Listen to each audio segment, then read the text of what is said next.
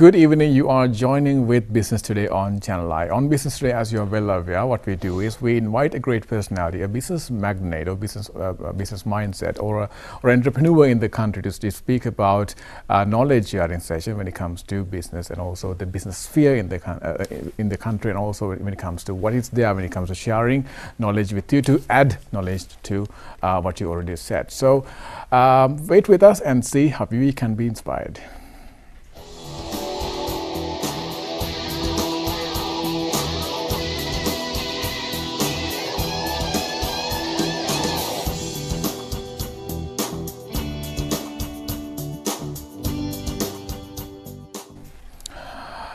Over this 1 year, we have been bringing you so many new business personalities. Today, also as the concluding segment of today's of this year's programs, we have invited a business magnate, someone who is award-winning when it comes to CEO category, and also who has been growing as a personality, or also when it comes to music and also business and everything. Let's go take a look and see who this personality is.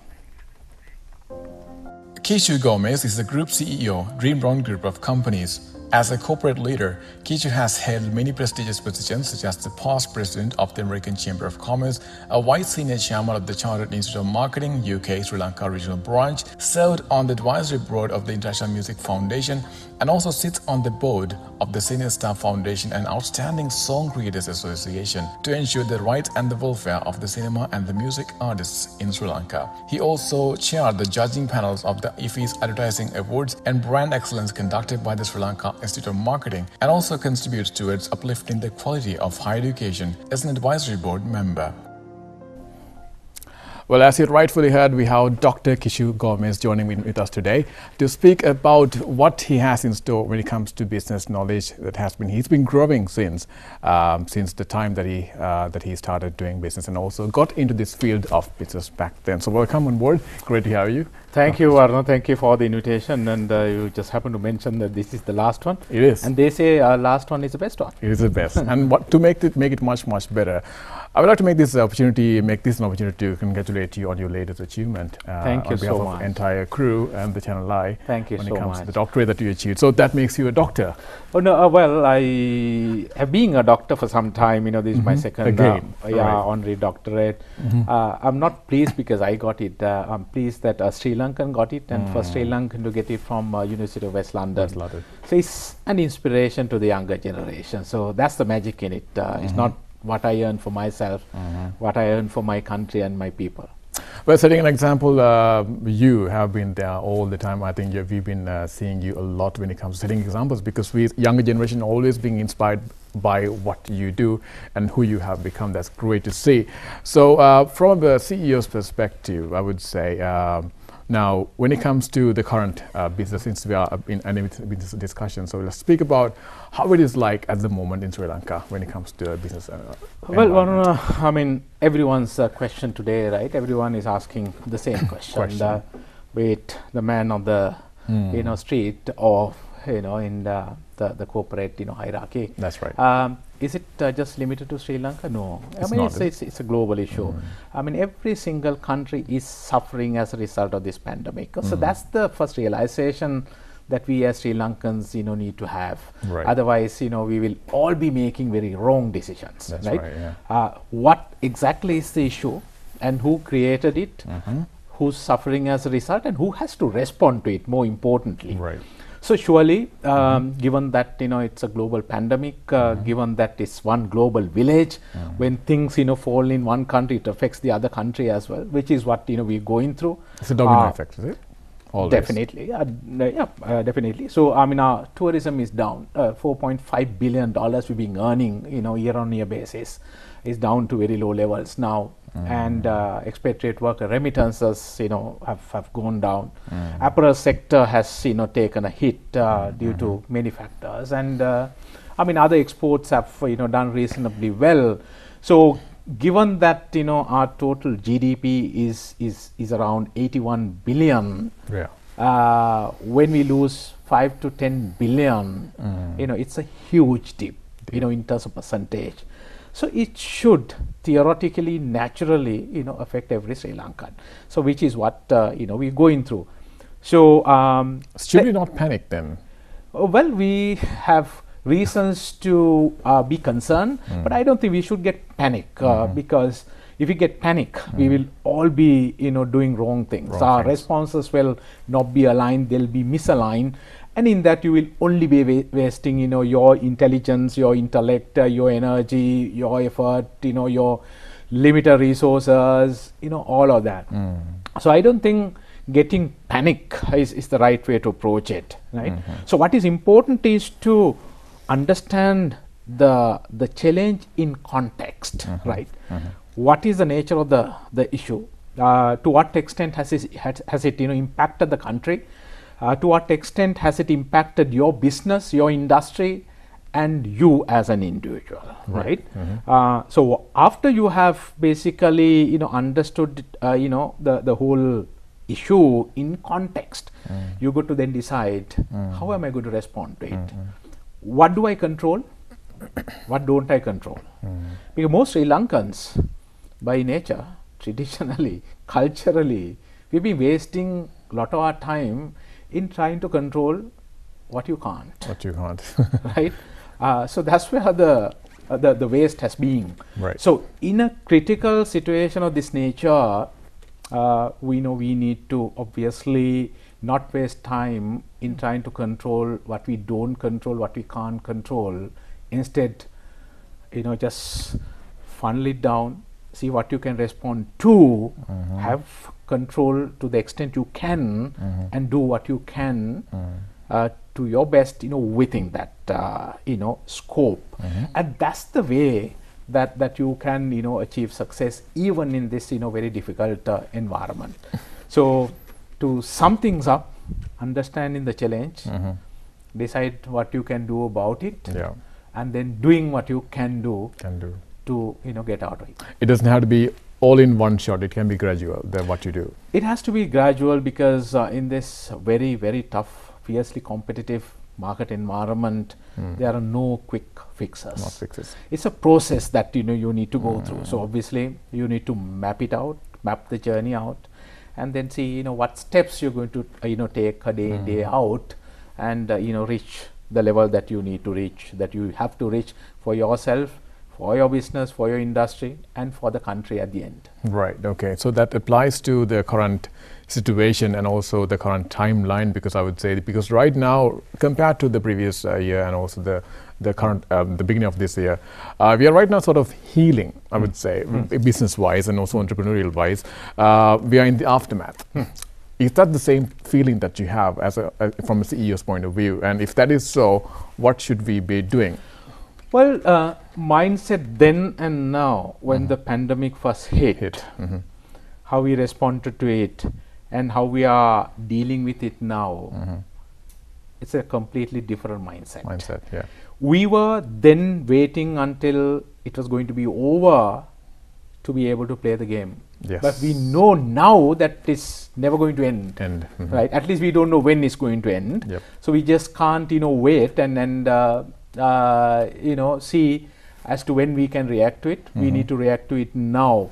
So the new normal world, right, is something that we have to accept, be in the given environment, and then obviously we need to decide how to play our games in that given environment. So it is that change that people are talking about, but if you really see, the COVID is all over the place. I mean, our country keeps recording 700 plus new infections a day. Close to 20 people die, sadly, but that's the reality. And then if we had just one infection, 5 infections, somebody dies, everything came to a grinding halt. But it's not the case. It's the reality. So you have to still play your game in the real environment for the lives to go on and for the country's economy to grow on, for your industry to move on, and for your businesses to continue to grow. And what else can we do? Are we going to die? No. Right? Are we going to die? No. We need to keep ourselves going, and we have lessons from some of the other countries as well. And I guess even in Sri Lanka, in certain areas, we've done very well. The attitude has been right, but in certain sectors, people have pulled in different directions. There has not been, unity, synergy, right, collaboration, coordination, cohabitation, those have been lacking. But they also have now realized that only way is to get together and fight against it.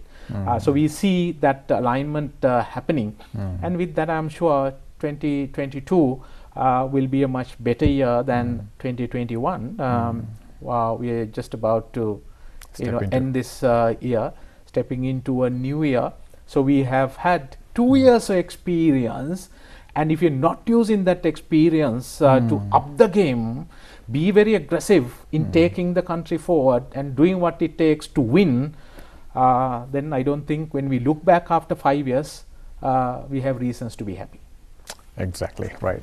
That's a great answer. So when it comes to new normal you mentioned, and also we want to touch upon the fact that people are demotivated. I mean, it doesn't matter how many times we reiterate, we keep on telling the same thing, don't be demotivated. But then again, we see that. I mean, even if you go on a road trip now across Sri Lanka, you can't see all the small stalls anymore because they are closed. Sure. I mean, from that level to the corporate giant level, sometimes there's like clusters of demotivation happening. What can we do, honestly, from different levels to iron this out? Yeah, no, we have seen what you're saying is right. I mean, we've seen businesses collapsing. Some of these kiosks we used to see, doing very well, then not there to be seen anymore. Markets have shifted, the needs have shifted, and the volumes have taken different shapes and moods. Yeah. So it's all about taking a stock and deciding where they can apply themselves now. There are still opportunities available in the market, and they are limited. So it all depends on how competitive you can be in a given industry for you to be able to do you think you have to be innovative? You got to be innovative, and some people try to stick to their own comfort zones, right? If they have been in one business and when it falls, they think they need to wait until the economy recovers for them to be able to basically revive that business. Well, when one fails, you have to know that there will always be another opportunity that you can get into using the same skill set, where you can start a new journey and be successful, right? And they are the ones who would do better than the other lot, and that's the way to approach it. Exactly. And also, if you really think about it, I think education sector or the industry now, I think it's one of those can be taken as one of those examples where they innovated and now they are doing this, I think, better. Obviously, and the industry is making more profits now. Absolutely, great. Because if you look at the cost structure, it's about real estate, the buildings, right? And then utility costs, the ACs to energy consumption, all of that, and traveling. So all those are now removed, and education is happening as it used to be. And since you asked that question, or rather happen to mention that, let me tell you, online thing is nothing new.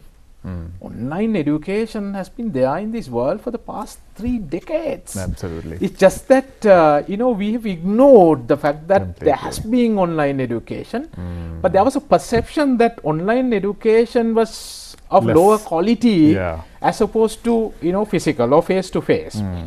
But now nobody says online is bad, or nobody perceives online education to be lower, because everything is done online now. And we've seen great success in that. So therefore now the perception is at the highest level possible, and it is happening. And then work from home in Sri Lanka is a new thing. But for me, having worked for US multinationals for 30 years, I must be honest in saying work from home is something I've done for 15 years, right?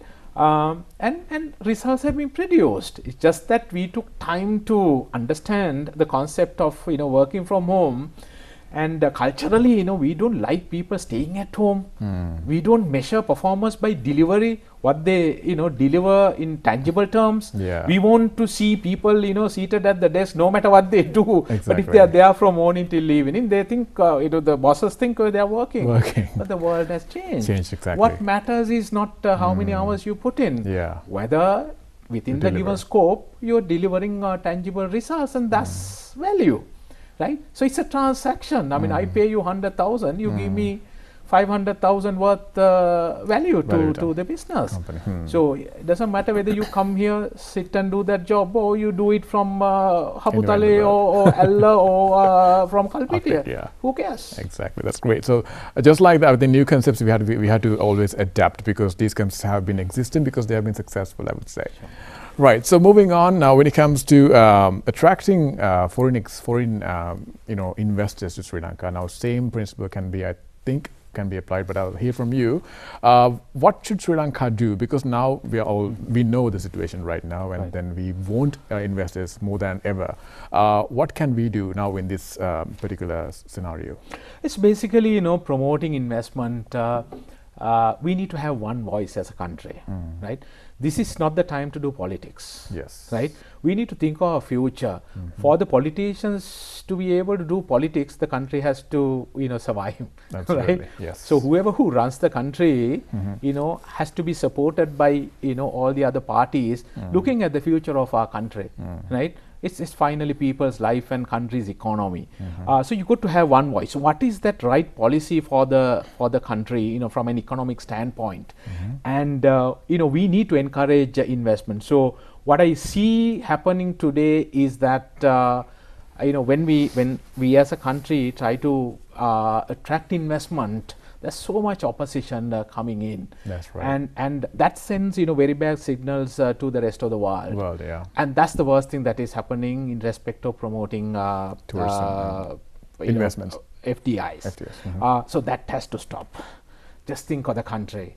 This is our country, and 22 million people, they're depending on you and me and everyone. So let's be human, let's do justice, and let's look after ourselves. You can do politics later. So that one voice saying Sri Lanka is a country that appreciates and respects foreign investment. That message is the foundation, right? And then comes everything else, the policy framework, consistency, the tax policy, the incentives that we offer Schemes. to the people, easy approval process. I mean, we've started one-stop shop concept quite a while ago, but is it still happening the way we want it to happen? No, it is not yet happening. We have so much bureaucracy. We have outdated law, we have outdated regulations, and we fail to basically correct them in the way it should. So we need some correction there. And then other than that, going and promoting.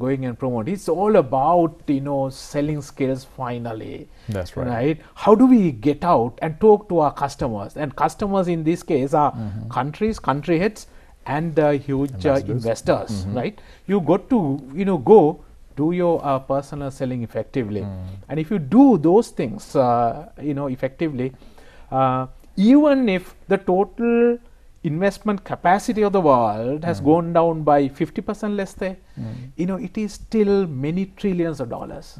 How much do we want, right? If we have 20 billion US dollar investment, that would be enough to make a huge impact, positive impact on our country. So that is there, just hanging in there. So don't think, there is economic downturn and therefore there are no investment opportunities. There are no investors, looking for new investment opportunities. No, it is there. And I say the same thing for tourism as well. Being the former head of Sri Lanka tourism and battling it out during COVID. Before that, the East attack, right? Yeah. And recovering very fast, despite the fact that it was a huge, issue. Globally, 1.4 billion people travel across the world, right? Of which 80% for leisure, right? So even if the global tourism industry comes down by 50%, you still have 700 million tourists traveling across the world. If it comes down by 50%, it's not going to come down by 50%, but let's assume all we want is 5 million out of that. Who says that you can't do it? You can do it. Again, the same issue, like in investment, right? We have split views about promoting tourism, right? So it's the new normal world, and we need to focus on the next normal world. What is it? You know, Yeah. how do we prepare ourselves? Without tourism, this country can't survive. We need that, you know, $5 billion to $10 billion, you know, emerging out of tourism. So we got to promote it, You got it. and there's enormous amount of money there. So we need, you know, such Thinking. you know, strategic thinking and application. And let's hope that 2022 It's gonna will be- be able to, you know, bring everyone around the you know, table and reach consensus on the way forward, and keeping Sri Lanka's success as the pinnacle achievement that we need to chase. Let's work towards it. Let's think of the poor man on the street. Absolutely. Let's do justice, you know, for them. We may be okay, and even if 2 other waves, COVID waves, you know, come around, we will still be okay. But 90% of our population, 70% of our population, 40% of our population, they need you to make the right decision, leaving all the differences aside. And that is what is needed. So that attitude and a change for 2022 is important. The other thing is, yeah, it may be not the most conducive environment, but that's the environment within which we need to play our game, right? We need to still survive. We need to still not just survive, progress. And so therefore, let's be positive, go out, battle it out. Being a small economy, the beauty is that we need just, you know, 1 or 2 successors. That's right. And you achieve successes in, you know, couple of areas, you can still, you know, take the per capita income from 3,900 to 6,000 level, and it is doable. I see it as an individual, and people like me, you know, see it.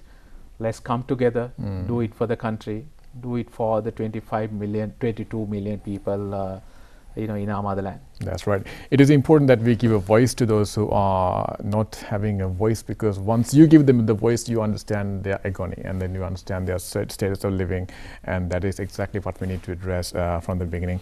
So I think your message would be something like, you have to be always welcoming and as a country, and also very unanimous when it comes to ideas and how you project out words. Right, so for the new year now, 2021 has been sort of with hiccups and bumps and everything out there.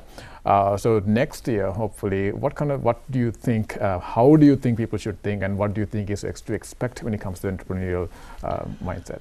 Don't expect the environment to be any easier. It can only get tougher, because this economic downturn creates more fierce, more competitive environment, right? So that's the realization that you need to have. So if you wait until, you know, things become easier, you will be a failure, right? So be prepared to, you know, be a better competitor, more aggressive competitor.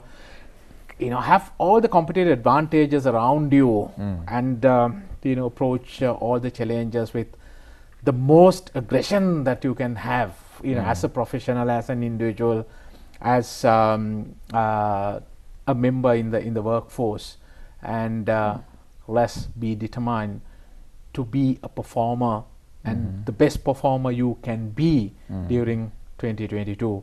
And I'm sure with that attitude and that application, we can win. Right. So do you have anything individually that you want to say, tell to the public, I would say, because now you addressed the corporates and how they need to perform and also show their success. But now individually, people are sort of intimidated by all this chaos that is very alien to the entire community. What kind of a message do you want to give to them in the last message? Use your head more, not your body, not your emotions. That's where we have, you know, gone wrong as a nation. If you look at the last, you know, 3-4 years, right? So leave all the emotions aside. Use the best brain that you have. Get the plan in place and execute. Head before your body. Unless and until you have the right plan in place, you know, don't apply yourself to waste your energy. Always make sure that you conserve. for the future as well. Great. Okay, thank you so much, Dr. Gomez, for coming in today, and we really appreciate your time, because we understand that you are a very busy personality, because when it comes to entrepreneurship, and you being here and on the final episode of this year's program means a lot to us, and we really be thankful to you for being on with us. And for our viewers also, we wish to convey our greatest gratitude for being with us, and also the next year also for you to have a successful year ahead. Have a good night.